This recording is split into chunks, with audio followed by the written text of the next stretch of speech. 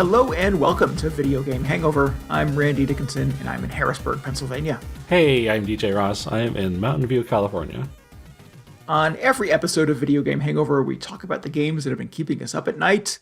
This week, we're talking about Replaced, Cast and Chill, Grand Theft Auto 5, and Final Fantasy XIV Fan Festival. Hey, it's all my favorite things. It took a weird detour at the end of that list. I don't know what's going on. Did? Oh, okay. It was like you took a weird detour. DJ just flew in from the Fanfest, and boy, his arms are tired. Yeah. Oh man, I didn't actually go in person, but I kind of. There were some moments where I was like, "Yeah, that would be pretty cool to be there." That was California, right? It was in California. It was in California. California is very large. It was just down the street, right? Just down the street, yeah. I mean, just a hop, skip, and a jump. The street is like 300 miles long. But yes, technically, just get on the highway. You'll get there eventually. No, I had a bunch of people ask me because they were like, "Oh, Fan Festival's in California this year, so you must be going." I'm like, "Well, that's not really a guarantee that something is happening in California. Therefore, it's easy for you to attend." Have access to, yeah. Yeah. If they do one in like San Jose, then I'll be like, well, now I don't have an excuse anymore. I grew up in Connecticut, where you can get to anywhere in Connecticut in about an hour. Oh, yeah. It's like the whole East Coast is right there. Anywhere in Connecticut in an hour, yeah. And when I first moved to New York and then ultimately to Pennsylvania, I would see stuff. I'm like, oh, that sounds like fun. It's in the same state as me. It can't be that far away. But like New York is huge. Pennsylvania is massive. Mm-hmm. It just takes forever to get anywhere that's not kind of your immediate vicinity. And I just did not have that programming in my brain. I was just used to being able to get everywhere quickly. Yeah, it still kind of like blows my mind when people on the East Coast talk about like driving to another state. I'm like, oh, you can just do that? I mean, you could drive for hours and hours and you're still in California. Yeah, I mean, I don't know how long it would take for me to drive to like Nevada. Quite a while. I did that road trip to Oregon once, and it's so far away. I have a friend in LA who drives to Vegas every now and then. And that just, to me, in my brain, seems like it's impossibly far away. But he's like, no, it's like 4 hours. Yeah, that's not that bad. That's kind of a long drive. 4 hours is a bit of a long drive, but... Well, I mean, depends what you're used to. Sure, yeah. It's 5 hours to go see my parents, so that's like the test. Anything longer than 5 hours, like, screw it, I'm not going. 5 hours is about like my daily limit if I'm going to drive somewhere. Yeah. It's a long drive. My parents love a road trip, though. They will do like 12 hours in a day. Oh, like, no. A lot. And you guys are older, so I would really wish you would not do that I anymore. Don't feel good about that. Yep. And they won't take turns either. I've asked my mom, like, how much of that did you drive? And my stepdad said, oh, no, I drove the whole thing. And I'm like, you're older than she is. You need to stop. Yeah. They love road trips. They're retired. This is their thing. They love doing. They love to travel anywhere they can go by car. They tend to push it in a way that I'm not comfortable with. But I feel like there are some days I'm not even awake for 12 hours. Yeah. I mean, if I was in a car for 12 hours, I would not be awake. Right. I am the passenger. As soon as we get out the end driveway, I'm out. I'm done. Yeah. Oh. No, 12 hours, I definitely could not do that. No, that sounds awful. So anyway, I did not go to Anaheim. Sorry, how did we get to that topic? Yeah. I just watched it on the stream, and it was super fun. Nice. Well, what were the big takeaways this year? The big takeaways? Well, do we want to get into it? Any old news? Anything news? Else? Should we talk about what we're streaming next week? That's probably a good call. Yeah, we should mention that we are going to play Sledding Game. Yeah, it comes out in early access this week, so it'll be fresh out of the oven, or maybe still in the oven, but we'll be checking it out next Monday. So this is one of those like popular hangout games. Yeah. Yeah, all the kids love these. Yeah, yes, it's like that. It's like web fishing, except you're sledding and you are a frog. Web fishing, you are a cat. I think right? you're like, maybe one of those gummy frogs, the kind of blobby shaped frogs, but they're Yeah. definitely frog like. Oh, I didn't make that connection. People love frogs. Yeah. Yep. So yeah, and there's a variety of different hills and mountains you can climb, and different types of sleds, and perhaps other fun things. There's a demo for this on Steam right now, but the actual game releases in early access shortly, and we're going to give it a shot. So Yeah. yeah, a pretty big game. If anybody within the sound of our voice wants to join us and do some sledding and hang out and chat and do whatever else you do in a hangout game, we're going to do this on Monday, May 4th at 10 p.m. Eastern Time. That is 7 p.m. Pacific. Or if you just want to tune in and watch us do this thing and chat with us in the Twitch chat, you can go to twitch.tv/VGHangover for that. Yeah. Be fun. Yeah, it should be a good time. I have had this game on my wish list for a long time, it feels like. You have. So it is cool that it's finally seeing the light of day. Yeah. I think it says on the Steam page, the first game this developer has made. So that's also exciting. Ah, cool. Well, right. So that'll be next Monday. I think that takes care of that. May 4th, the day before Cinco de Mayo. Yeah, Quattro de Mayo. Say, lock down your Cinco and Quattro de Mayo plans right now. Should I get some nachos for a sledding game? That doesn't seem thematically correct. No, it's not very microphone friendly. That could be very... That's also true. Although it does have that proximity voice chat, so I could just tear into a bunch of nachos and then zoom down the hill, and you wouldn't have to hear me ever again. Just sled as far away from your friends as possible. While you much. People are just like, where is all that crunching coming from? Oh, no, there he goes. I just go zooming down the hill.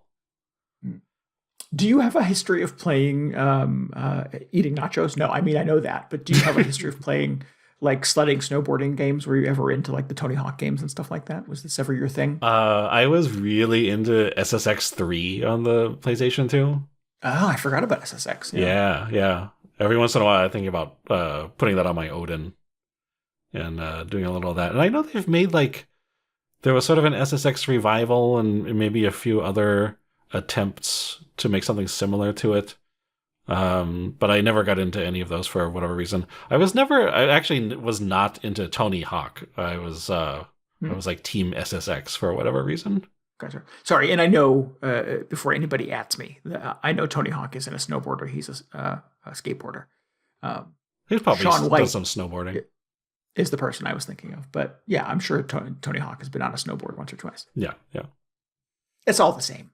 I did really like how they had Tony Hawk had his franchise, and they were like, oh, Sean White, obviously, we'll start a new thing around this guy. He's like a young Tony Hawk. Yeah, he wasn't that old back then. No, I mean Tony Hawk is. I see him in commercials now for Osteo Biflex or something like that. He's an old man. Oh no, yeah. I worry that whenever I see him still going off the half pipe. Yeah, easy. Be careful. Easy. This is the advice I give my parents about driving for 12 hours. Easy. Yeah. But yeah, that's an interesting comparison. I don't think about SSX that often, sadly. But maybe this will bring a little bit of that back. Maybe you could do some sled tricks. Yeah, I don't think I ever did SSX. I did.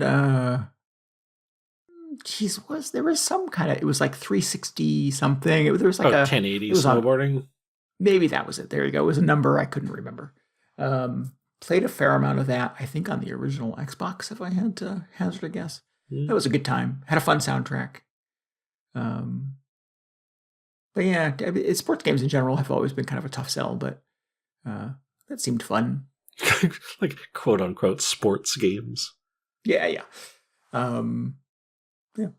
There's a game on Steam now called Shredders. Oh. That I've read some reviews for, and it's supposed to sort of capture the nostalgia of these old sledding, snowboarding, skateboarding games. And looks like fun, but it's an indie game, so it's a very sort of indie approach to that kind of thing. And I've not grabbed it yet, but it's on my wish list. We'll see. So sledding game, Monday, May 4th at 10 p.m. Eastern Time, twitch.tv/VGHangover. Yeah. Join us, won't you? There's I've talked about Arcade Archives, that sort of line of retro ports by the Hamster Company. For the longest time, they're doing mostly arcade games, as you might have deduced by it being called Arcade Archives. Right. But they recently announced, I don't know if this came out yet, but they announced that they're going to do console archives. Well, actually, so they did release, I think, Console Archives Ninja Gaiden, one of those games. But then I think the next one on the list was Cool Borders, which was that an old PS1 game, I think? I never played it, but I appreciate that they're now bringing back some of the, it's no longer just limited to arcade stuff. And Cool Borders was pretty popular, so I would like to probably check that out at some point. Oh, it is already out. Okay. So maybe we'll just do a bunch of sledding and snowboarding and maybe some skiing next week. I don't know. The whole winter games. Yeah. Yeah. Amped is the Xbox game I was trying to think of. Amped. Okay. Yeah, I don't know how I got 360 or 1080 in my head, but Amped was definitely the one, because I'm looking at the cover art for this game, and I'm pretty sure I still have that game somewhere in my house. So yeah, Amped was the one. I think 1080 was either an N64 or GameCube thing. Gotcha. I don't know. Okay. Maybe it's on the Switch Online thing. I had a Tony Hawk game for my little GBA back in the day. Oh. That was fun. Yeah. But sorry, we're way off topic now. I apologize. But sledding game, Monday, May 4th, 10 p.m. Yeah. Do the thing. Yeah. Should be good. We can chat about how much we love Tony Hawk. Yeah. Yeah. Who is not a snowboarder. Sometimes snowboarder. Probably. Probably, I'm sure. Good note to board some snow. All right. Oh, well, so you want to spend the rest of the episode talking about Final Fantasy XIV? Do I? Boy, howdy. I've just been in such a good mood after Fan Festival this weekend. Well, nice. I mean, you deserve to be in a good mood. If it makes you happy, DJ, it makes me happy. Thank you. Well, I mean, I'm always super excited about FanFest. It's just a fun occasion. It's just everybody, or I mean, not everybody, but it's a lot of Final Fantasy XIV fans getting together. They do a bunch of sort of like panels. I mean, it's like going to a gaming conference or something like that, like an expo. Yeah. But it's all about just this one game, and some of the developers are there, and they usually announce the big new expansion. And it's just, I've mentioned, I think probably the last few times I've talked about 14 on the show, which is not a great trend, that I've been sort of just unhappy with the general community sentiment. There's like so much negativity lately. And it's like kind of soured my mood on things a bit. Even like I still really like the game, but it's just I don't like the general community interactions as much anymore. Right. Because everybody's just such a downer all the time. Yeah. But like this fan festival was it was so positive. Everybody seemed like they were super excited to be there. They're having a great time. I think you're not going to go to one of these and just be like miserable. So I think that's kind of a given. But it was just a nice thing to see, like everybody coming together to celebrate this game that they supposedly enjoy playing. It's wild that there is enough like fervor and content, I guess, from this one game to inspire like an entire fan festival. I don't play MMOs and things like that, so I guess I don't have a sense of the sort of scale of this. But it, like, a game that I'm into, like an Animal Crossing, I just don't know if there's enough there for like a 3-day event with millions of people. Yeah. Yeah. Well, I mean, there weren't millions of people, but no. Well, I'm around the world. I mean, folks tuning in and stuff. Oh, sure. Yeah. To get thousands of people to travel to a central location because of a love for one single game. Yeah. Is pretty intense. I always think about this, and I'm just like, why isn't there like an Animal Crossing fan festival? And the closest thing I could think of is there's like Pokemon Go Day. I don't know if they still do that, but that was a kind of a big thing while that game was popular. And then you have like BlizzCon and QuakeCon, but those are also, I mean, those are not just for one game typically. because they've got like the whole Blizzard lineup. They're not just talking about World of Warcraft, for instance. So yeah, it is kind of unusual that they do this just for this game. Yeah, because this isn't like the entire like world of Final Fantasy, right? It is dedicated to just the MMO. Right. Yeah, you're not allowed to talk about the other Final Fantasies while you're there. They will attack you in the alley if you are. Yeah, they'll look at you weird. They're just like, oh, yep. Well, you think this was the 13 fan festival? Just turned away at the came gate. to the wrong place. No, but I was just super excited. It was a really fun time. Just seeing stuff on the stream, it was really fun. They announced the big expansion, which is pretty typical, but I feel like they also talked about a lot of other stuff. Because, sort of like how I've been saying about the community, they've just been kind of negative. A lot of that is kind of like justified. I mean, they do have legitimate complaints about the state of the game. Not that the game is in a terrible place or anything, but the fact is that the game has just been around for a long time at this point. It's like 13 or so years since it relaunched. And the sort of complaints people bring up are like, it's kind of like the jobs feel a little stale. There are so many of them at this point that I imagine it gets hard to like design them and potentially redesign them every few years when they have a new expansion and they need to tack on 10 new levels of interesting skills and abilities to each job. And the activities in the game have been kind of formulaic. I feel like that's something that comes up a lot, is the game feels very formulaic. And even when they have a new expansion, there's a new storyline and some new bells and whistles and everything, but generally people sort of expect like, okay, so that we're going to get 10 new levels and there are going to be 5 or 6 new dungeons and 2 bosses to start. Like there's a very sort of like expected format of how these expansions go. Right. And you can imagine, like, after over a decade of that, the very similar formula, it gets to be a little stale, no matter how much you enjoy the game. So, as much as I complain about the community, they are coming from a place of, like, actual concern. Like, yeah, there are some potential issues with the game. And my take has always been, the fact that they have this formula so, like, standardized is something that allows them to put out these updates so regularly and basically keep a massive game like this running without a lot of delays that other games run into and stuff like that. Because I also feel like they just don't have the same manpower that other big like AAA studios have. But at the same time, there's been like sort of like a mental list of complaints that everybody has about the game and this is the sort of stuff that they bring up whenever there's another announcement about some new like patch coming out. People will just say, oh, well, this is just going to be this thing over again, or they just spin it into something negative. So I was hoping going into this FanFest that they were, I was excited to hear about the new expansion, but my expectations were sort of like, okay, a new expansion is exciting.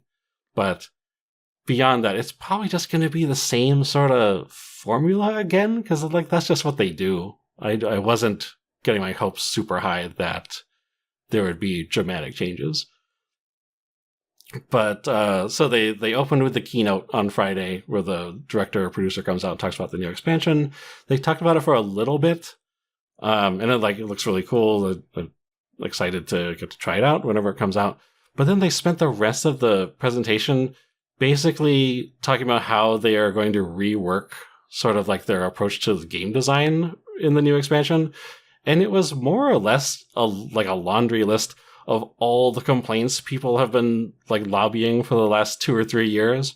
Oh, wow. And how they were going to address them. And it wasn't like a literal list of like, hey, you don't like this, so this is what we're doing. But it was like, I don't know, 4 or 5 different categories of how they're going to shake up like just systems in the game. And I'm not going to go into all the details because a lot of that is just, like probably for the hardcore fans. But it was general stuff like making the overworld more interesting or changing character progression to be friendlier to like people's schedules and stuff like that. Adding more levels of difficulty for sort of like mid-core players. That's been a really popular request for the last few years. But I was just kind of blown away by how ambitious the whole thing sounds. Because they didn't just come out and say, oh, hey, here's 10 new levels of a new expansion. Enjoy. It really felt like they had been like really paying attention to what the community has been saying for the last few years and really making an effort to address it, which is like, it's kind of surprising because I feel like how are they going to do all this? Are they going to be able to? Do they just hire a ton of new staff to work on this? It was pretty incredible. Just the, like, every time they would come out and say like, hey, we're changing this thing. Oh, and that's not all. And then they would just go and talk about these other things. And it went on like that for almost 2 hours. It was crazy. Wow. It's a pretty serious shift for a 10-year-old game. Yeah. I feel like, at some point, maybe they would just like realize that's necessary on their own because the game has been around for so long. And a lot of it still feels like something that, was designed 10 plus years ago. But the fact that whenever they put up a new slide with like, oh, hey, we're changing this, you could like, you'd see it and be like, oh, this is like exactly something that has been sort of like plaguing the community over the last few years. It was really kind of like inspiring to see. Nice. That, like everybody has been heard and they're clearly like they want to keep everybody happy and engaged with the game. So that was extremely exciting. The biggest thing they announced beyond just the expansion is that they are changing, well, not like changing necessarily, but they are adding a whole new dimension to the combat, which is called Evolved. They're saying like you can still play the normal combat, how it exists now, and that's going to be called Reborn, based on A Realm Reborn, which was the first expansion. But they tried out this new system called Evolved Combat. And this is why it started to get a little scary for me personally, because they started showing off this new system, and the philosophy behind it is that they've taken there are like 21 jobs currently in the game, and they've taken each job set of abilities and streamlined them down a bit to, first of all, just have fewer abilities that you need to keep track of and put on your screen. They've reworked them a little bit so they feel like, I guess the best way to describe it is they have a little more, they bring out each job's sort of individual characteristics and personality a little bit more, if that makes sense. So the jobs don't feel as similar to each other as they do. Because I think like when you have that many jobs that you're working with, it's hard to make each one feel unique and distinct in how they play. So that was something they showed off, like, and yeah, they had a little demo video or a demo session actually of somebody playing like a very early build of the game, and it was like, wow, some of these jobs actually look like very different. They had one of the most striking examples was they were showing a bard do it. They were just like, shooting arrows at an enemy, but they were also doing all these like flips from side to side, almost like you were doing dodges in an action game. And I was like, well, what's going on here? This is kind of unexpected. So that's really exciting. That's probably going to be the biggest new like shift in the new expansion. It did, as I said, it did leave me feeling a little nervous though, because my first thought was like, okay, so how is this going to change the jobs that I like playing?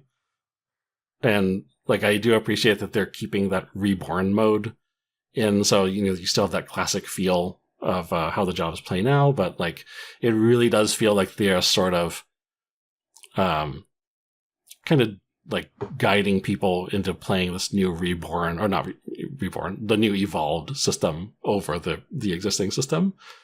Because they announced that any new jobs are only going to have this evolved system. And also, what was the other thing? Oh, so the fact that the evolved jobs have their own sort of ability set just made me think, okay, so clearly they're having some issue balancing 21 jobs, or 21 skill sets. Are they effectively just going to have 42 skill sets now to like balance because they're going to have the original ones and the evolved ones? That seems like, so I don't know how they're going to do that. It sounds like you're creating more problems. You're creating 21 more problems, yeah. Yeah. So I think people are like, okay, well, so what are they going to, how's that going to work? And something the community has been floating around. I mean, this is the thing that's gotten the most sort of response since Fan Festival by far, is people talking about the evolved jobs. Is people are speculating that, okay, we'll keep the reborn version of the jobs around for maybe an expansion or two, but then like just drop them in favor of the evolved mode because, you know, it's like new and fresh, and then they don't have to worry about those other 21 ability sets. Which, you know, that I don't feel great about. I mean, at least at this point, not knowing how the new evolved jobs are going to play, I'm just like, makes me a little anxious. It's, you know, it's just a new unknown thing. And I'm like, well, I really hope I still enjoy playing the game when this expansion comes out, if they're going to be changing the jobs that much. But they had a whole interview with the sort of combat designer responsible for this, and I think he's done really great work for the game up to this point. So I'm trying to be optimistic about it. And also, like I said, it's still very early. We really don't know a whole lot about how the system is going to work, and everybody like on Reddit and social media has just been rampantly speculating, which is interesting to read, but it also just like makes me more anxious. So I'll probably just try and remain calm for the next 9 months or so until this thing comes out. Sure. That's probably the responsible way to approach it. Yeah. But anyway, so like really fun weekend. Exciting new expansion stuff, and also just stuff for me to sort of be anxious about for the rest of the year. But I really appreciate that they are taking these big risks with the game. I mean, it's probably scary for them too, because I think there is negative sentiment in some circles, but in general, I feel like the game's still doing pretty well. And doing a shakeup as big as it seems like they're going to do is like potentially like could be a disaster if it's not well received. Right. Oh yeah, totally. So yeah, I don't know. Do they share like player numbers and stuff like that? Do you ever get stats on how many people are playing the game, and you know how many it was 5 years ago, and et cetera, or is it just a theory based on how populous the game feels? I have a two-part answer to that. And one is they do release official sort of like marketing friendly numbers. Sure. Which is usually the number of registered accounts. And I think the latest count was something like, I think it was close to 35 million accounts. Does that sound right? I don't, that's somewhere in that neighborhood. Yeah. Yeah, but the thing is that's registered accounts. That's not necessarily the people who are logging in every day. I think the actual number of live players is much, much lower. And then the second part of the answer is there are people who do sort of like unofficial census of players based on, I think it's like the number of achievements logged by players, because usually like you complete all the content in a new patch or something and you get an achievement, and they can sort of track the number of active players that way. Oh, interesting. Yeah, it's pretty ingenious the way they do it. So I don't know what those exact numbers are.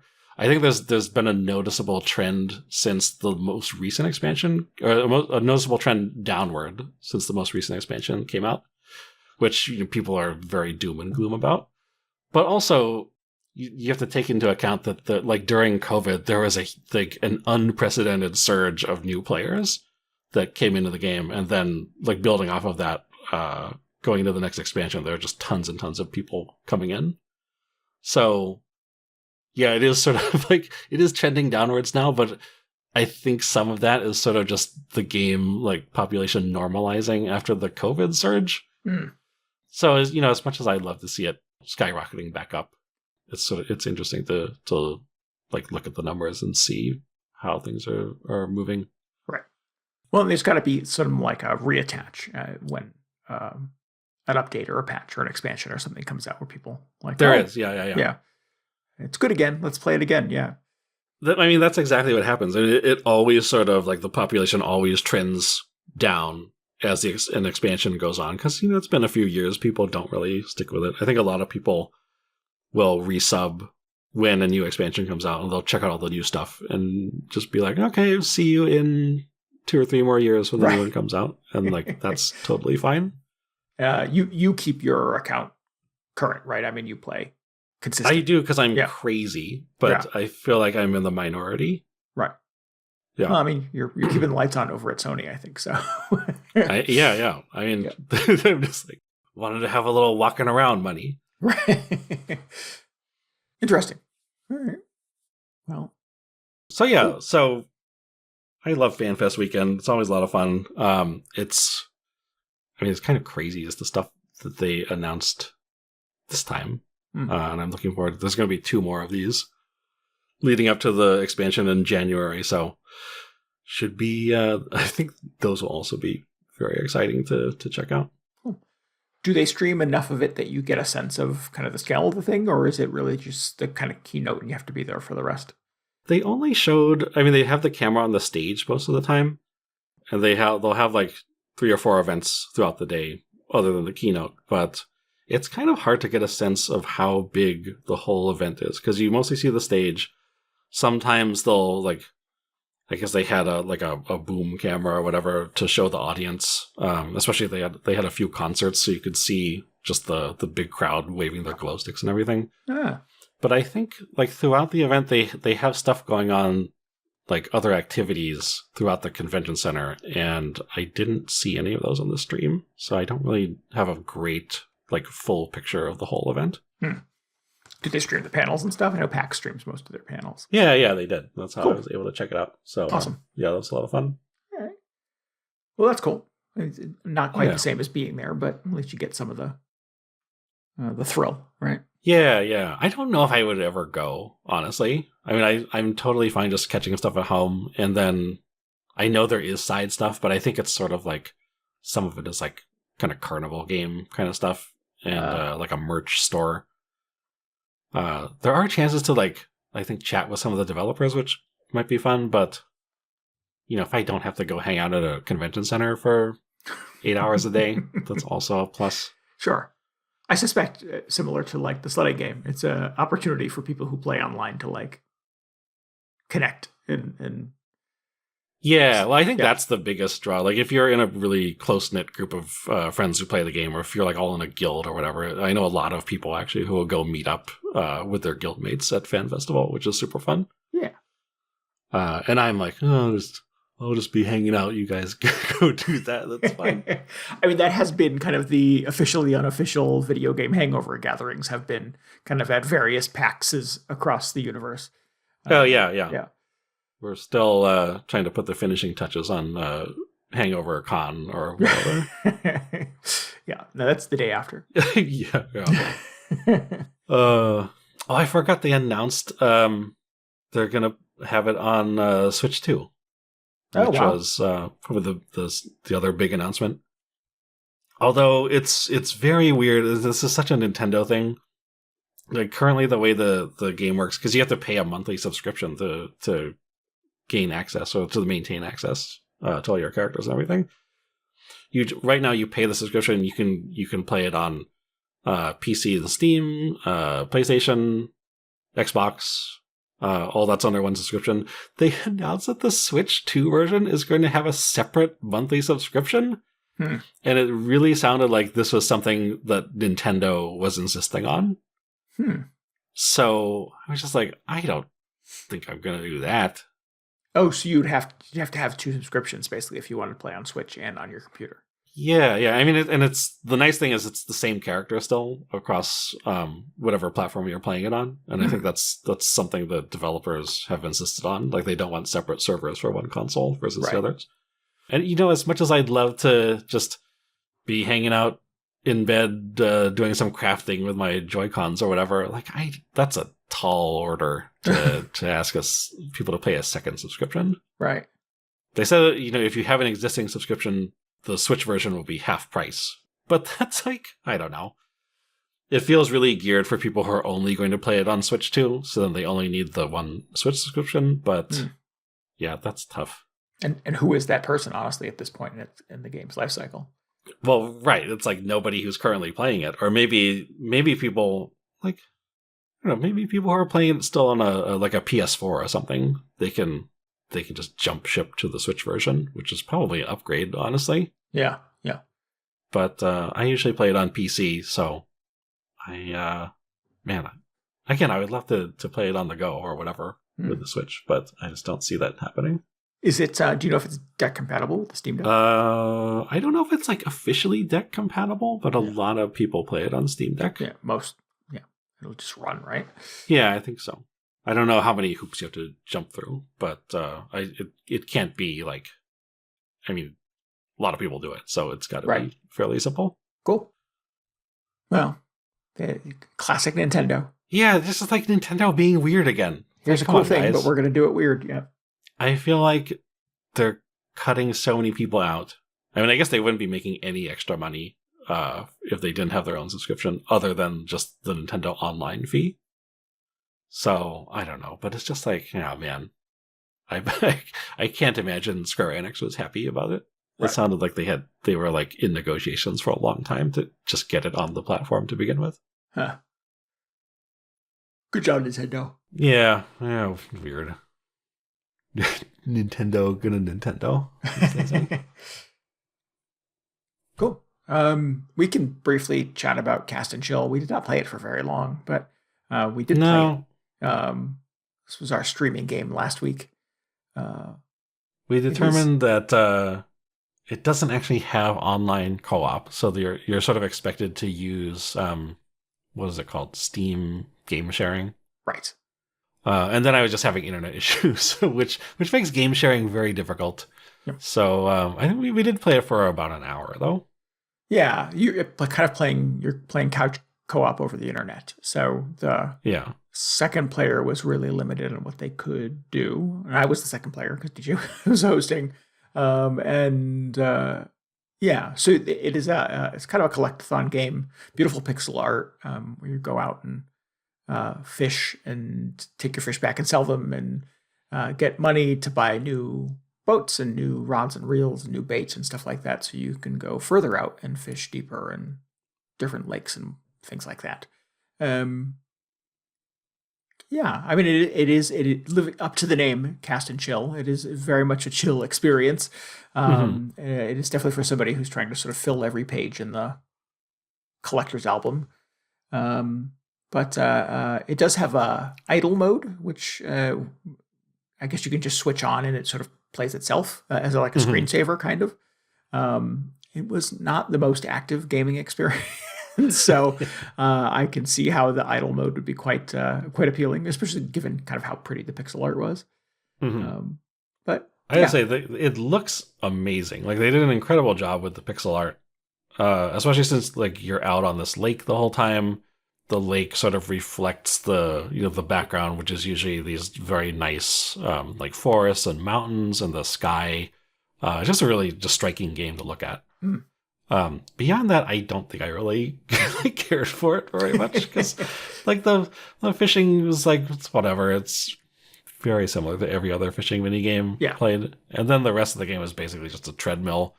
You catch fish to earn money, like you sell them back to the bait shop, and then you use that to buy better equipment, which lets you catch more valuable fish.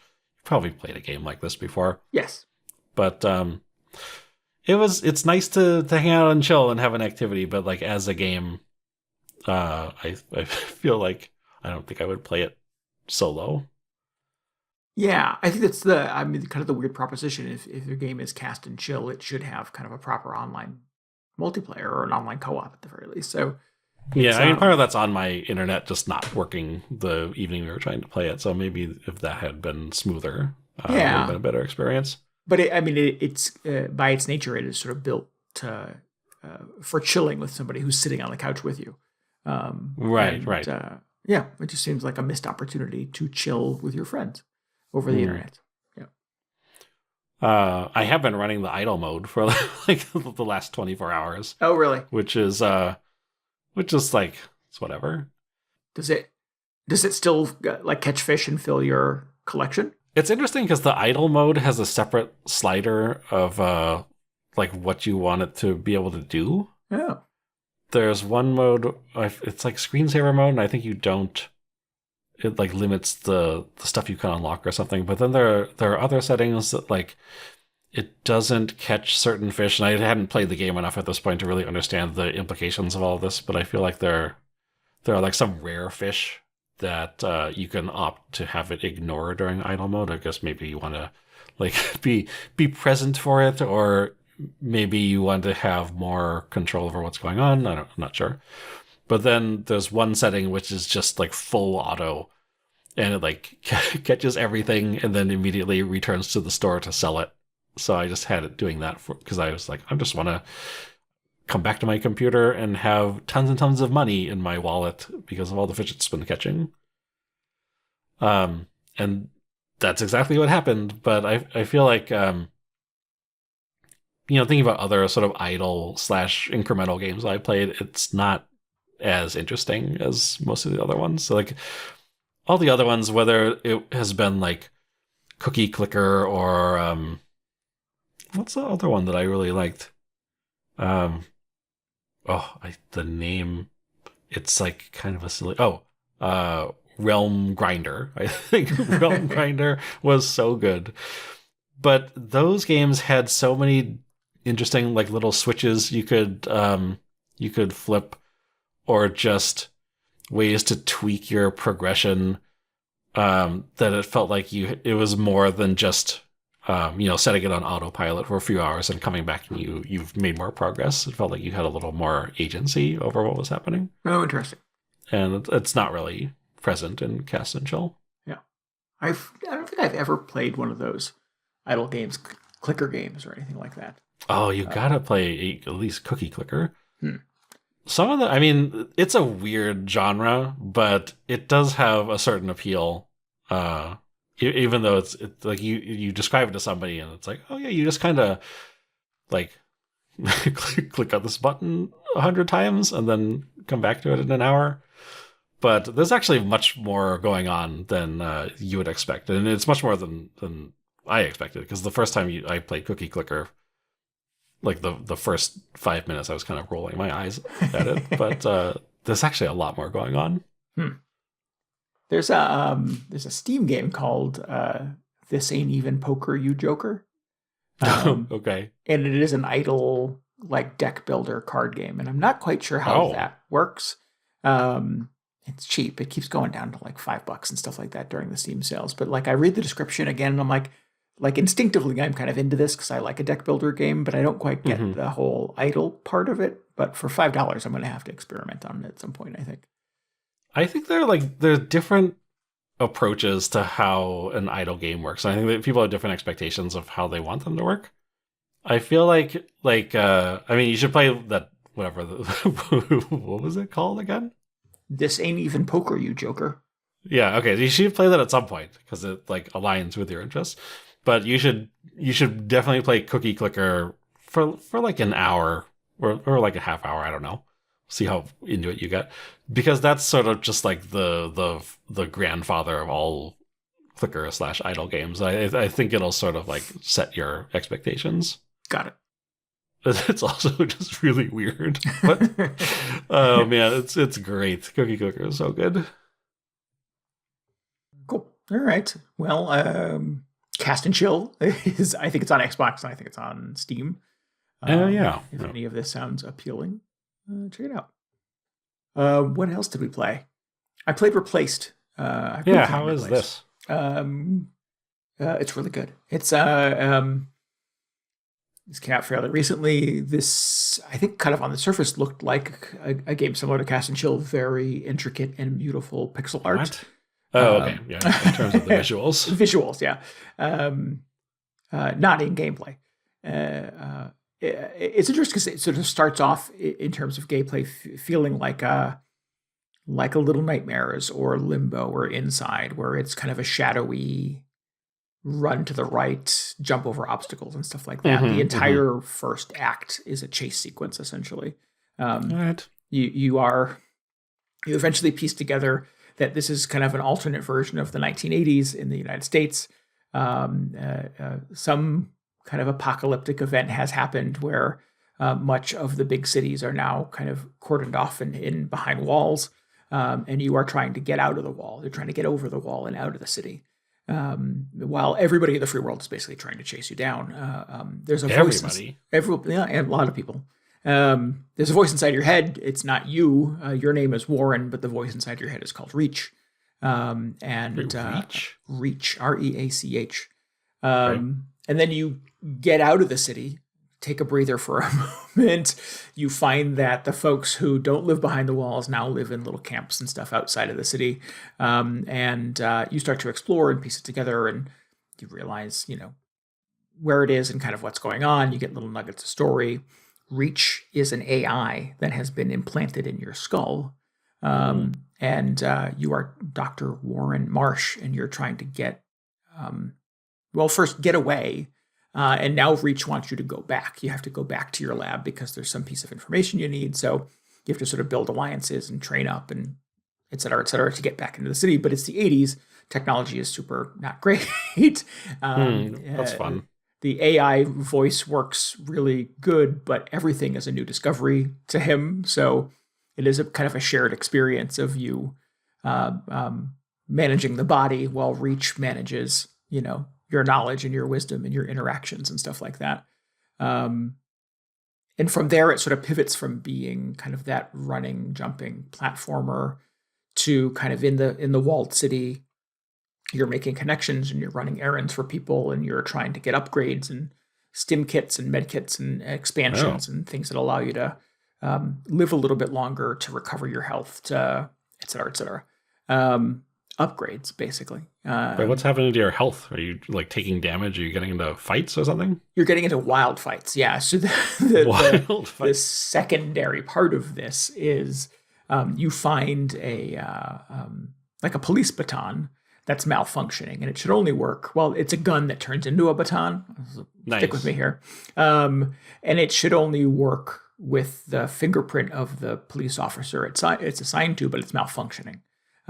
So you initially can kind of get the baton part to work. Eventually, you get to figure out how the gun part works. And it allows you to do just the most like choreographed ballet of violence I've ever seen in like a pixel art game. It is essentially kind of the fight structure from like an Arkham game, where the enemies sort of telegraph their moves with little like red wavy lines that come out of their head. And you can do parries and pivots, and you can slide under their legs and jump up behind them and bonk them over the head and stuff like that. You get like big groups of enemies that swarm you, and you're bouncing from one to the other.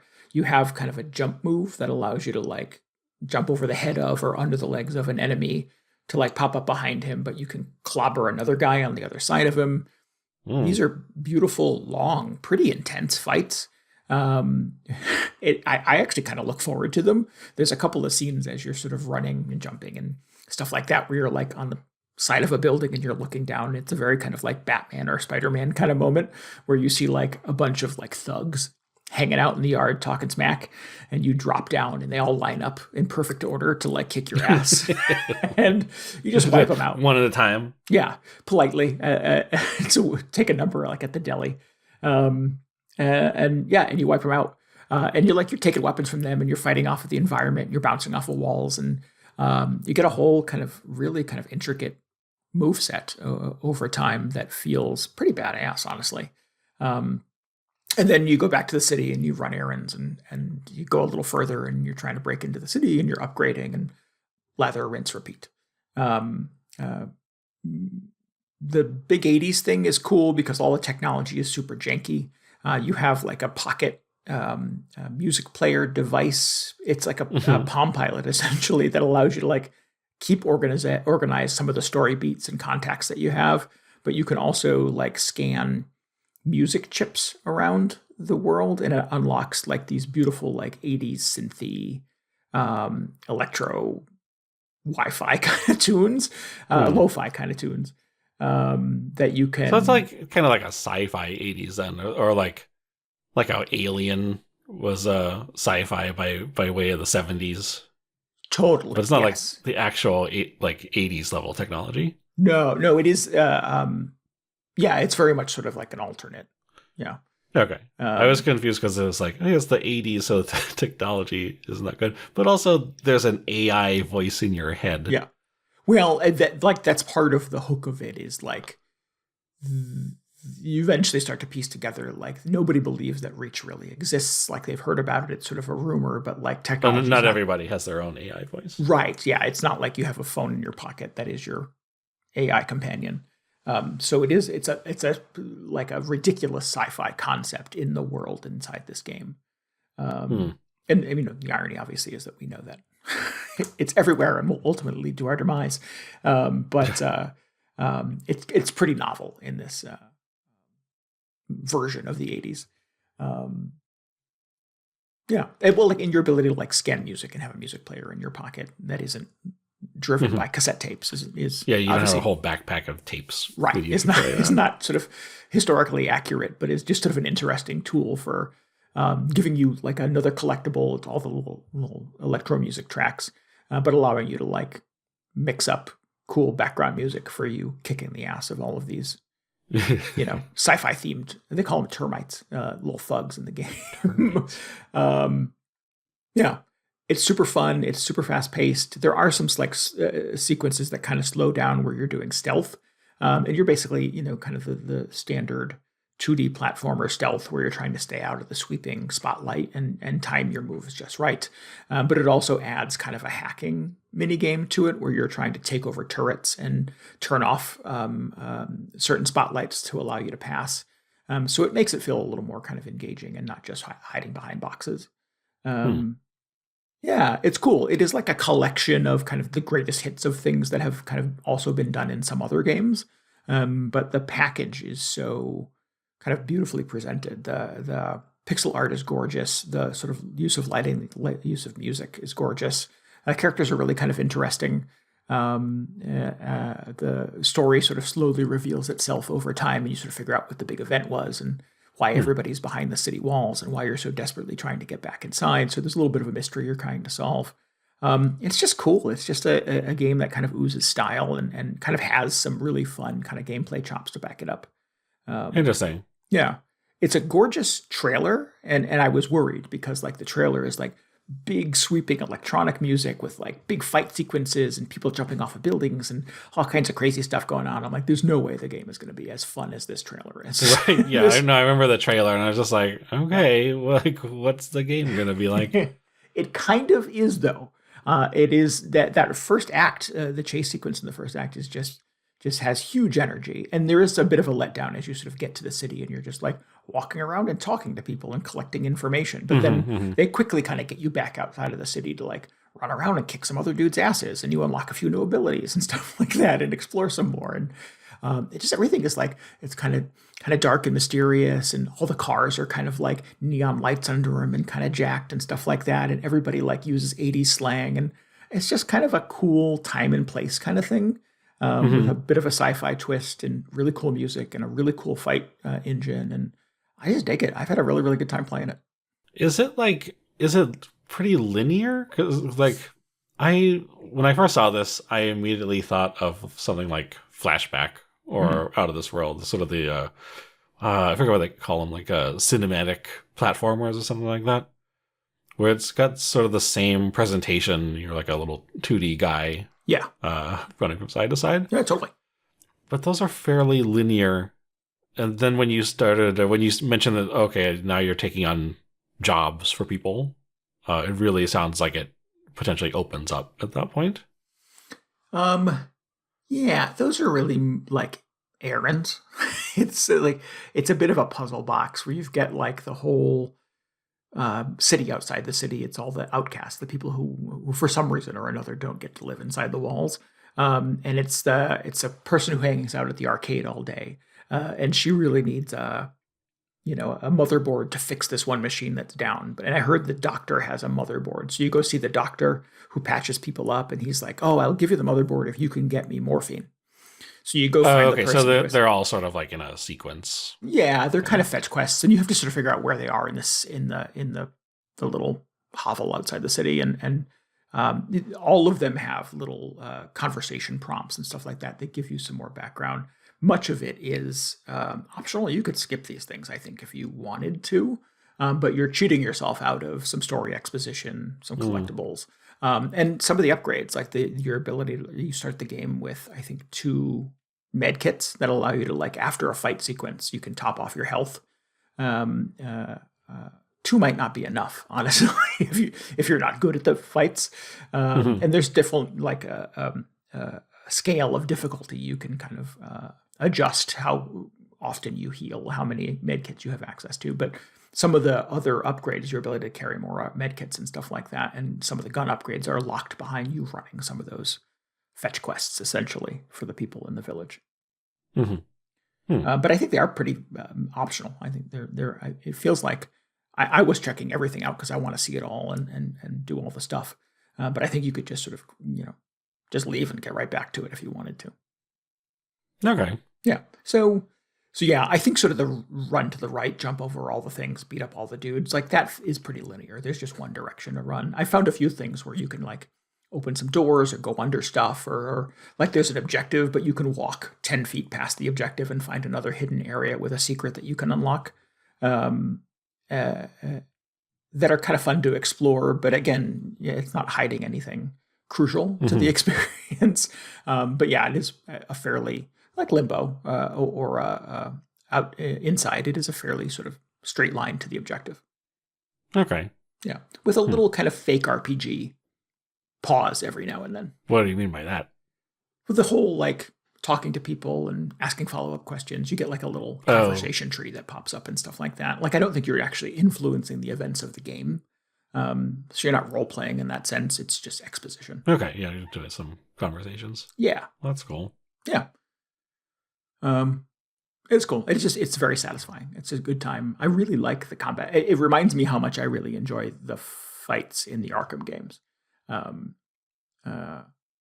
It is a pretty basic fight engine, but just sort of the ballet and the choreography of it feels very satisfying. There were one of the Arkham ones. I remember there was a sequence where you could play as the Joker, and he was like a fisticuffs, kind of like tall and lanky with a long reach, or would occasionally take out this ridiculous gun with a huge long revolver and shoot guys with it. And so you could chain up a bunch of, like, kicks and jumps and jump over people and strangle guys. And you pull out this giant gun and finish them off. And I get that kind of, like, rush with playing some of the fight sequences in Replaced. They're just super fun. Huh. That's surprising. Because, like, I mean, maybe it's not a good comparison to compare these to, like, Flashback to begin with, but that's just sort of my go-to. I'm just, like, hearing about it, like, oh, what if they just made that game, but the combat was good and, like, exciting? So it's a plus. Yeah. It's not really something I expect from like a game that looks like this, for instance. Yeah, I think I mean, despite having seen the trailer for it that clearly shows the combat and stuff like that, I think I kind of expected it to be more like a Little Nightmares or Limbo, where you're just kind of running and jumping. One of those sort of shadowy platformers. I figure they just pulled all the flashy set pieces for the trailer and stuck them in there. Totally. And there is a fair amount of that running and jumping stuff, but the fights are great. They're really cool. They're probably more compelling than the rest of it, I think. Oh. Yeah. There was I'm deviating a little bit now, but there was an Arkham game that came out for the 3DS that was sort of a 2D Batman platformer that kept the fight engine essentially from the console Arkham games. And it was super fun to do that in 2D as well. Just sort of being Batman and beating up enemies and looking for the little, like, tell of them about to raise a weapon or about to punch you in the face, and you hitting sort of the parry button or the jump button or the whatever to get out of the way. And turn the tide on them and beat them over the head with their own weapon, and et cetera, et cetera. It was super cool. So, if anybody needs sort of a proof of concept that kind of fighting works in a 2D game, that old Batman game is kind of fun, and Replaced kind of gets it right too. Huh. I don't even think I had heard of that one. I spent the whole time when we were talking about this I was just wondering, like, why didn't anybody make a 2D Arkham style game? But I guess somebody did. Batman Blackgate. I think I played it on, maybe it wasn't 3DS, it might have been Vita.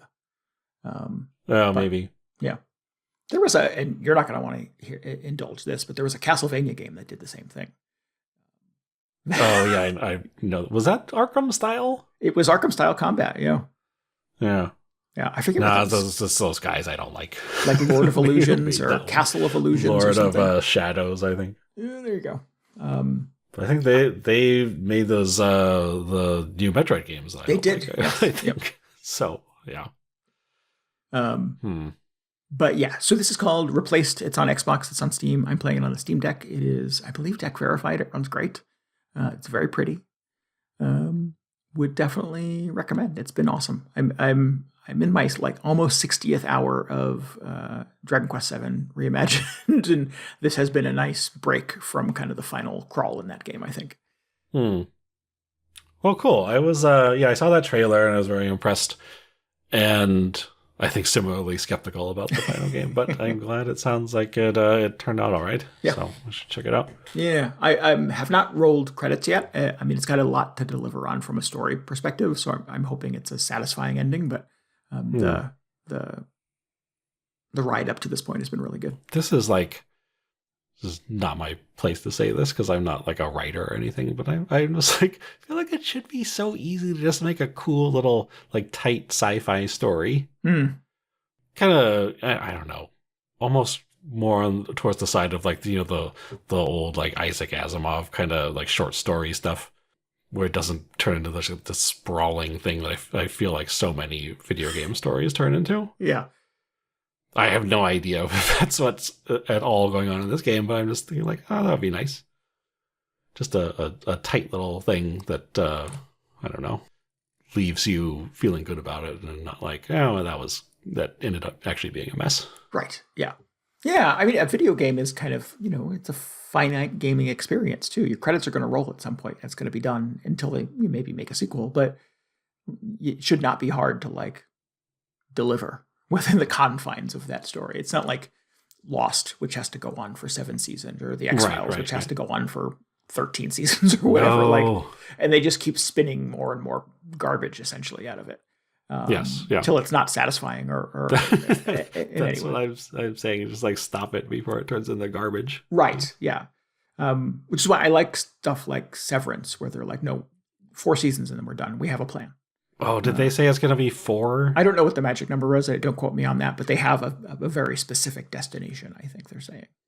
Okay, well, I'll believe it when I see it. Totally right, yeah. If it makes money, they're going to keep churning out episodes, I suspect, over time. But yeah. But in a video game, again, 4 or 5 hours, maybe 6 or 7. Get in, get out, get over with. Yeah, that's what I want. Just want to get it over with. Yep. So I'll let you know. I think I'm definitely gonna stick with this and get to the end. I want to see how it wraps up, and I'll let you know if they stick the landing. Okay, good. Tell me how you got back to Grand Theft Auto 5, please. Well, it's just my favorite game. I'm just always playing it. Yeah. Why is that surprising to you?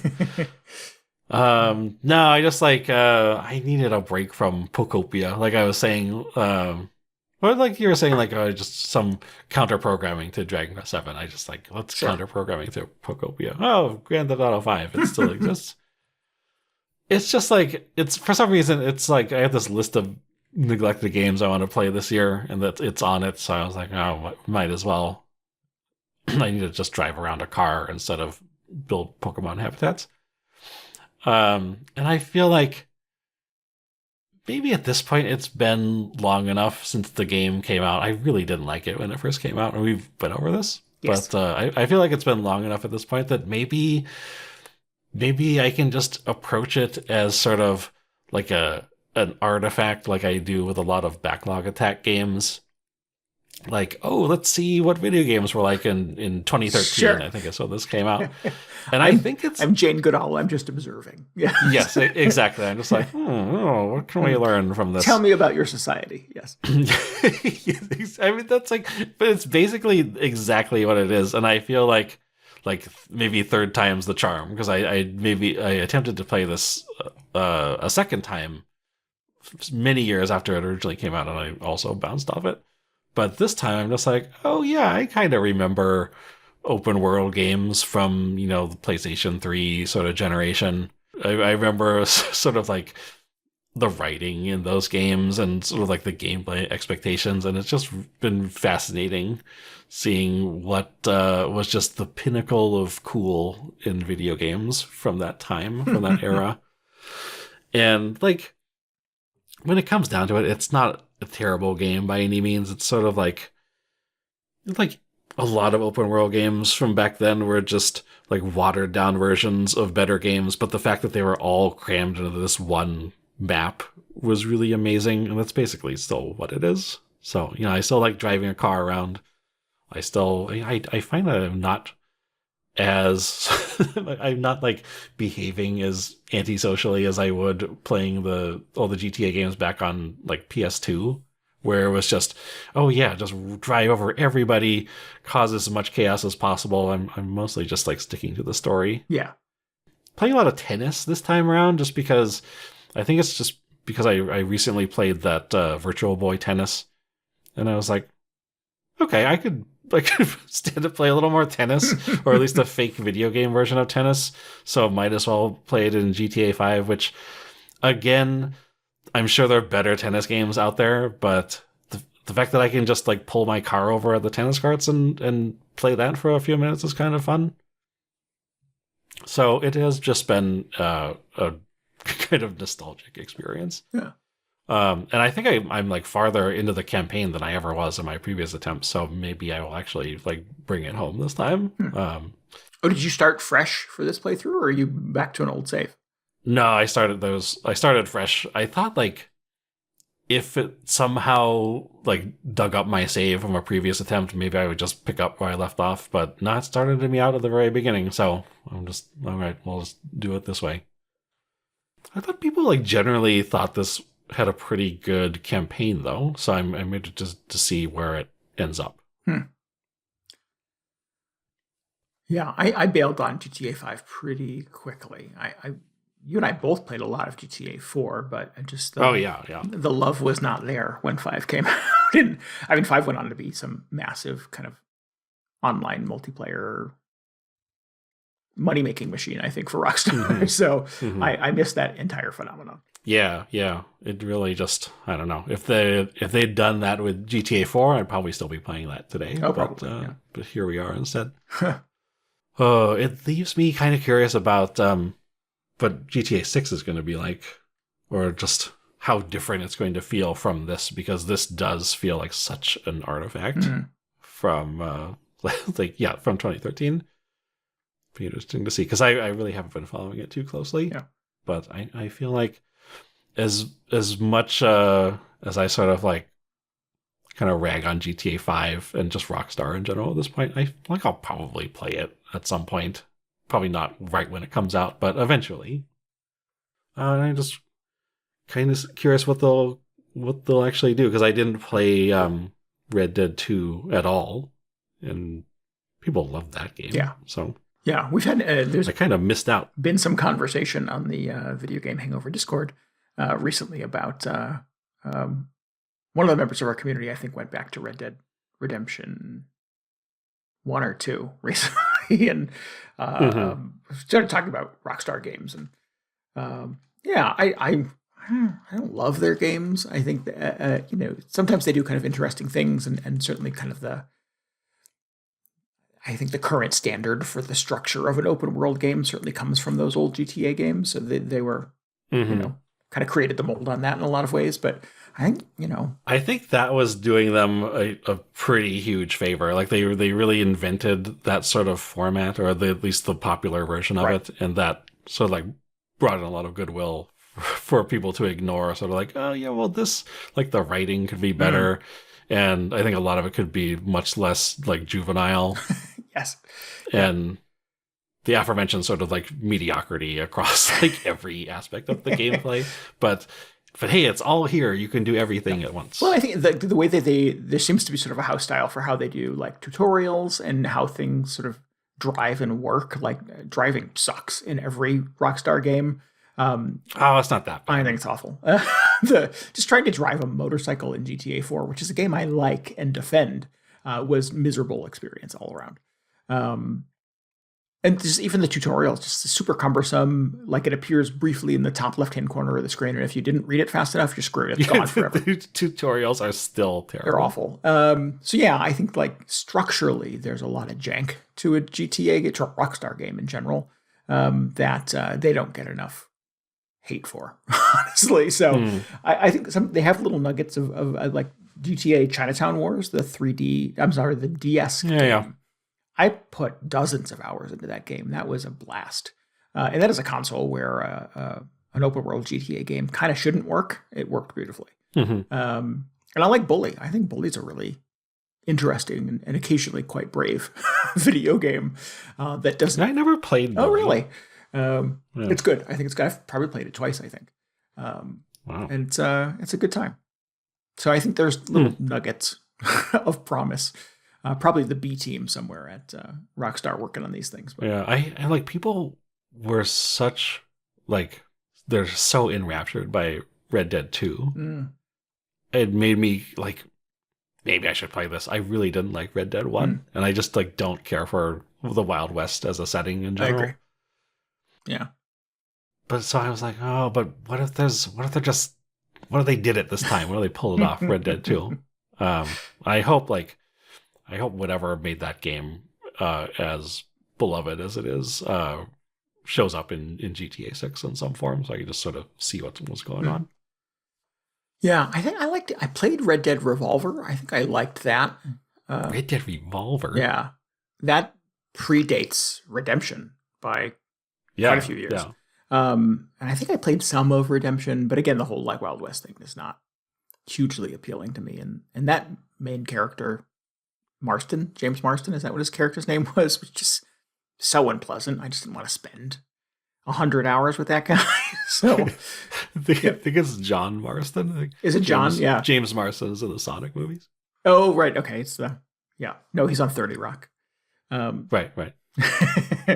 He was also he was in Westworld, right? So maybe there was a crossover at some point. There was a guy who looked really similar to him in Red Dead 2. He's on that show Jury Duty. Have you ever seen that? No. Oh, it's it's a bunch of actors. No, it's a bunch of actors pretending to be on jury duty, like an actual. Oh no, okay, yeah, I've heard of that. Fake case and stuff like that, and they get one person in who is not an actor, and they all try actively to deceive him. And James Marston is in that. Yeah, and the guy's they don't just immediately go like, oh, that's James Marsden. He does. He knows who he is. He's like, oh, I'm a big fan. Like, it's cool that you and I both have jury duty at the same time. I see. He's just like convinced that he's on the jury. Okay, that's good. And James Marsden is in on it. Like, he's one of the people trying to actively trick this person into believing he's on jury duty. That's weird. It's uncomfortable. I don't like prank shows. They make me uncomfortable. So the whole thing just makes me feel icky. But I sort of appreciate their commitment to the bit. That was a lot. So cool. Congrats. I'm glad you're enjoying GTA. Yeah. I think I mostly am. It's fine to just drive around in a car or whatever. Yep. What do you have it on? I think I had it on PS4. Are you playing the PlayStation 4? I'm on PS5 at this point. Oh, gotcha. So it's like a slightly nicer. It definitely runs better than it did on PS3. So I was going to say, like, the one thing I would change, one of the things I would change anyway, is just I'm so over the whole sort of like crime aesthetic that this is a weird thing to complain about Grand Theft Auto, because it's all about just being a criminal in some the game is called Grand Theft Auto. Yeah. It's just so dour and like unpleasant, a lot of the stuff you do. And I've had my eye on these like there are a couple of games. I think they're I forget if they're like Chinese or Japanese developers. It's basically like anime Grand Theft Auto, so sort of like the same open world format. There are a bunch of like mini games and stuff you can do in them, but like I watched the trailers for them and they're all bright and sunny and colorful, and it looks like everybody's having a great time doing whatever. And I'm just like, that looks great. That looks like a lot of fun. I want to do that instead of, hijack cars and like beat up random people on the street. Right. But I'm still waiting for those to come out. But like, just give me a open world game where everybody's just having fun by default instead of being miserable and awful to other people. Yeah. Like, shouldn't that be the goal? Yeah. I was going to counter, you love those Yakuza games. But there's some really good characters in there to like latch onto. Some occasionally redeeming characters, and there's really nobody of redemption in Grand Theft Auto games. Yeah, and all the characters in the Yakuza games are so upstanding. I mean, they are a lot of them are Yakuza members. Horrible criminals, yeah. That's not great. But Kiryu, good guy. That's funny. I don't even think about Yakuza sort of as like a GTA game at this point. It's because that's sort of where they started there, or how they were trying to portray them as like, hey, it's Japanese GTA, and it's really not what those are. Yeah.